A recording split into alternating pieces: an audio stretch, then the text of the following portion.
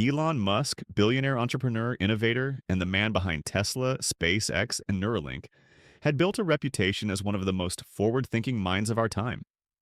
His ventures into space travel, electric cars, and brain-computer interfaces made him a household name, admired and criticized in equal measure.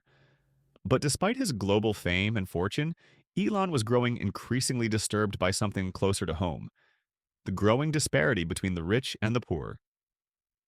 Everywhere he looked, the divide was widening. Wealth was accumulating at the top, while the most vulnerable continued to be neglected and forgotten. It wasn't just a passing concern for Elon, it was a moral dilemma that weighed on him. He had witnessed firsthand the way society treated the marginalized, the homeless, the invisible people who lived on the fringes of the world he occupied. Every day he saw how the homeless were ignored, avoided, or dismissed entirely. They were often met with disdain or pity, but rarely with any meaningful help or support. He couldn't help but wonder, what was it like to live their life? What was it like to be invisible, to be judged solely by your appearance? One evening, as he sat in his office overlooking the bustling city, Elon's mind raced. How could someone who had everything truly understand the struggles of someone with nothing? His vast wealth and influence had given him the power to change the world, but he realized that, in many ways, he was disconnected from the very problems he sought to solve. The luxury of his life, the mansions, the private jets, the executive boardrooms, was a world apart from the streets and the shelters, the cold benches and the cardboard boxes. As he pondered the disconnect between his life and the lives of the homeless, an idea began to form. What if he could walk in their shoes, even for just a few days? What if he could experience the cruelty, the neglect, the isolation of living on the streets, and gain a true understanding of the societal systems that kept people trapped in poverty? This wouldn't just be a personal experiment. It would be a challenge to the very institutions that claimed to serve everyone, regardless of their circumstances. After a long night of reflection, Elon made his decision. He would go undercover. He would disguise himself as a homeless man and spend several days living on the streets. He would test society's response to him, not as Elon Musk, the billionaire, but as an invisible man, a person who didn't fit the mold. The first step was to find the right disguise. The next morning, Elon met with a skilled makeup artist who had worked on several high-profile film projects. Together, they brainstormed how to transform Elon into a person so unrecognizable that no one would see the billionaire beneath the layers of grime and decay. The artist began by altering his face, giving him the weathered, tired look of someone who had spent years struggling to survive on the streets. His hair was chopped off unevenly and his face was smudged with dirt and makeup to make it look as though he had gone days without a proper wash. A few old clothes, a tattered jacket, and a ragged baseball cap completed the transformation. Elon's new persona, Elliot, was born. Now fully disguised, Elon set his plan into motion. He wasn't just going to live as a homeless person for a few days. No, this was part of a much larger experiment. He would use his time on the streets to test how the world treated him, how businesses, particularly banks, would respond to someone who wasn't a wealthy, well-groomed customer. Banks, he knew, held the power to either elevate or ignore people. Would they treat him with the same respect and dignity that they offered their wealthier clients? Or would they dismiss him entirely, assuming he was just another worthless person begging for help? Elon's goal wasn't to create sympathy. It wasn't about dramatizing his situation for emotional effect. It was about gathering data, observing firsthand how institutions, big businesses, and individuals reacted to him, and challenging those systems to change. And he was prepared for the worst. As he walked out of his mansion in his new disguise, Elon felt a deep sense of discomfort. The streets were a different world. People walked by him without even glancing his way. Others shot him pitying looks as though he were invisible. He sat down on a bench, the cold biting through his thin clothes, and observed the world around him. The hustle of the city was in full swing, but here he was, a man with nothing, blending into the background of a world that seemed to care little about those without money, power, or influence. He spent hours on the street moving from place to place. He was ignored by passers-by, avoided by some, and even verbally abused by others. Every time he approached a store, a coffee shop, or a bank, people looked at him with suspicion as though he were a threat or nuisance. And when he asked for help, whether it was spare change or a hot meal, Most turned their backs on him. Only a few offered a kind word or a small donation. But it wasn't just the public that he wanted to test. It was the system itself.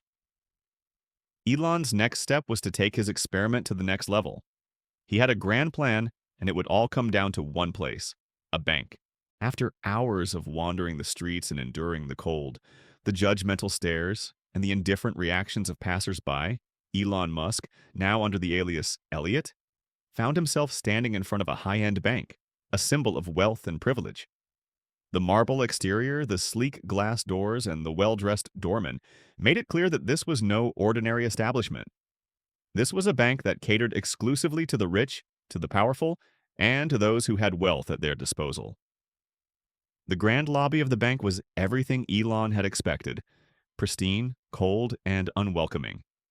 It was almost as if the very design of the space was meant to remind everyone inside of their importance. The polished floors gleamed, reflecting the expensive art on the walls. The staff, immaculately dressed in suits, were busy at their desks, speaking with well-groomed clients, discussing investment portfolios, and shaking hands with ease.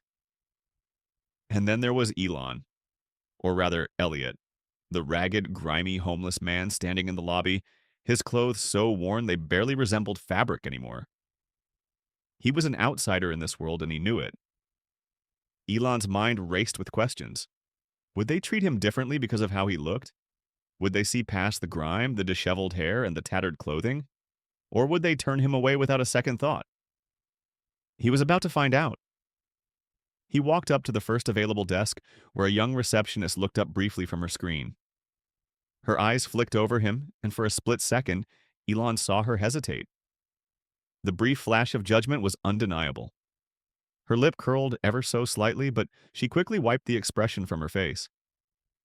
"How can I help you today?" she asked, her tone polite but distant, as though she were talking to a person far beneath her. "I'd like to open an account," Elon replied calmly, keeping his voice steady. "A checking account, please." The receptionist blinked, clearly unsure of how to respond. It was as if she wasn't sure whether to take him seriously or not. Could someone like him even be eligible to open an account? Her fingers hovered over the keyboard, but instead of asking him the usual questions about his financial status or identification, she simply stared at him for a moment longer. "Just a moment," she said finally, before motioning to a security guard standing nearby. Without a word, the guard approached Elon, looming over him with an air of authority. Elon could feel the weight of his gaze, as if it was measuring his worth, judging him based on his appearance alone. The guard's voice was thick with skepticism. "Can I help you, sir?" "I'm here to open an account," Elon repeated, trying to remain as composed as possible despite the uncomfortable tension building around him. "I'd like to speak with someone about your services." The security guard glanced back at the receptionist, who nodded hesitantly. "You'll need to wait," she said curtly, her eyes still scanning him with a mix of curiosity and suspicion. Elon stood there, waiting, feeling the weight of the bank's polished indifference. Time seemed to stretch as he watched well-dressed clients walk past him, greeted warmly by the staff, and escorted into private offices for their meetings. It was a stark contrast to the way he was being treated. To them, he wasn't a customer. He was a problem. He was invisible. Finally, a senior banker, a man in his 50s with an air of superiority, appeared. His eyes darted quickly across the lobby, finally landing on Elon, who stood waiting by the desk. The banker's lip curled slightly, and he approached with slow, deliberate steps. "Can I help you?" the banker asked, his voice dripping with patronization. "I'd like to open an account," Elon replied once more, maintaining his calm demeanor. "A basic checking account." The banker's eyes narrowed as he looked Elon up and down. His gaze was cold, calculated, dismissive. "I'm not sure you're in the right place for that, sir," the banker said, his tone thick with judgment. "Perhaps we should direct you to a more appropriate service. We handle clients with specific financial needs here." Elon felt a twinge of anger, but he held his composure. "I can assure you I'm here to open an account. I've got money to deposit." His words rang out more firmly than he had expected, and for a brief moment he saw a flicker of hesitation in the banker's eyes. "Do you have the necessary documentation?" the banker asked, as if this were some routine matter that required minimal effort. Elon nodded. Yes, I have my ID and the required documents. The banker hesitated. Fine, I'll need to verify everything. But even as he spoke, the doubt in his eyes was clear. He didn't believe it. The tension in the air was palpable as Elon handed over his papers. For a brief moment, he thought they might finally begin the process. But instead, the banker excused himself and motioned for one of the junior staff members to take over. They would handle the account opening, but only after a long period of back and forth between the staff, whispers among the employees, and a deeper look into Elon's so-called credentials. It became painfully clear. The system was built for those who already had money. The wealthy, the well-dressed, the deserving clients were given attention and immediate service, while those who looked like they didn't belong, like Elliot, were shuffled aside. They were othered before they even had the chance to prove their worth. But this was exactly what Elon wanted. He wasn't here to play by their rules. He wasn't just testing the bank. He was testing the very system that decided who deserved financial services and who didn't. As the minutes dragged on, Elon sat there, unyielding, watching the bank employees continue their huddled discussions. They were clearly struggling with how to handle him. To them, he didn't belong in their pristine, well-ordered world. He was just another inconvenience. At last, the senior banker returned. His demeanor was now even colder, even more dismissive than before. He walked toward Elon with an air of finality. "We're sorry, sir. Unfortunately, it seems we cannot open an account for you at this time," the banker said, his voice cold and professional, as though he were giving Elon a formal rejection letter. "Please consider visiting a branch more suited to your needs." Elon felt a surge of frustration, but he didn't let it show. This was the point. He had expected rejection. He had expected to be dismissed. But now, more than ever, he understood the truth of what he had come to prove. The system was rigged, designed to keep people in their place.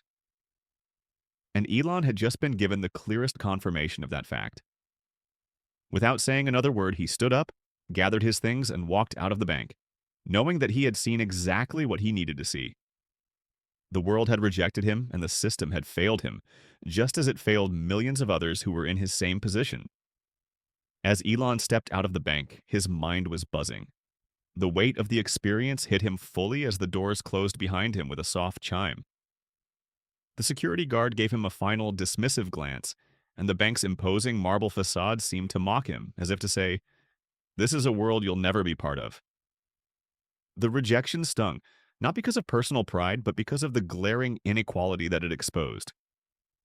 For the past few hours, Elon had experienced firsthand the indifference and exclusion that millions of homeless individuals faced every single day. He'd been subjected to the cold, judgmental stares and the bureaucratic obstacles that people with money never had to deal with. He wasn't just rejected as an individual, he had been rejected because of a system that actively reinforced the divide between the rich and the poor.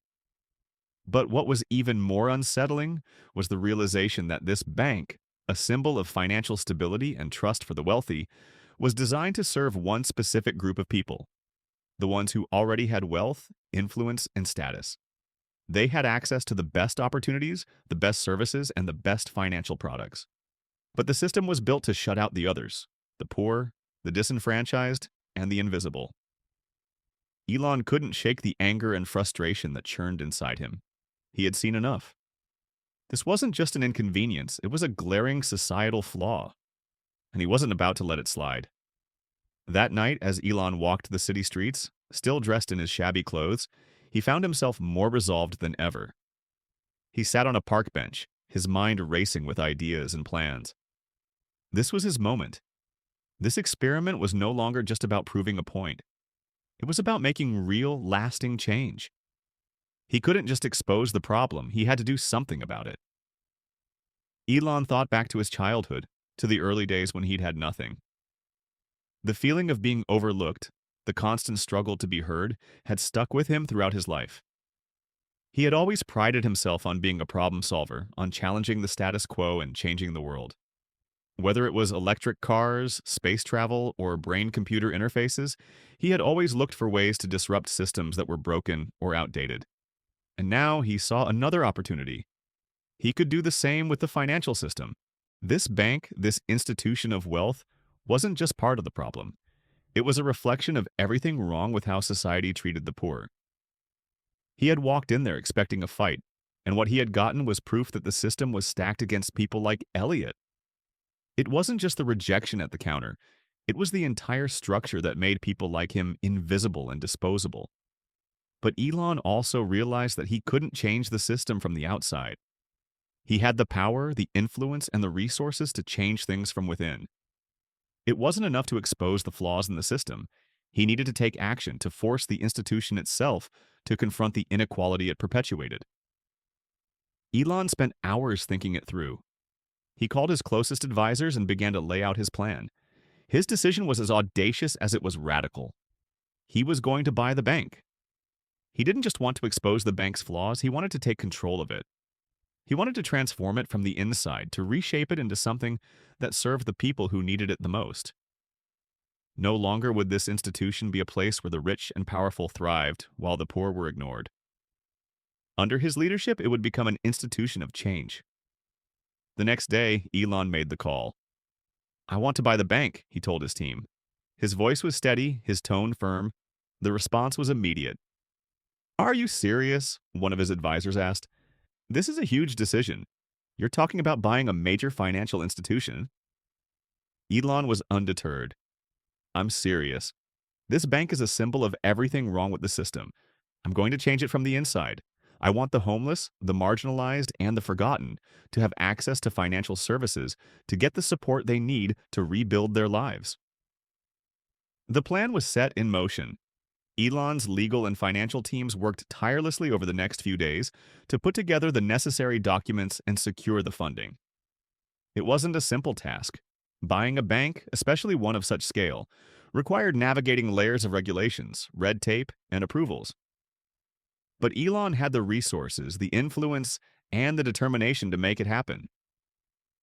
Elon's decision was kept under wraps for a short while, but when the news finally broke, it sent shockwaves through both the banking world and the public. "Elon Musk purchases major bank to reform financial system" was the headline that dominated the news for days.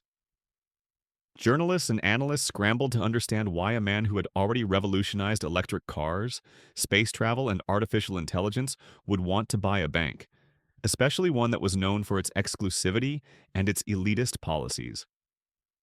The reactions were mixed. Some were skeptical, calling it an impulsive move, a publicity stunt that wouldn't amount to much.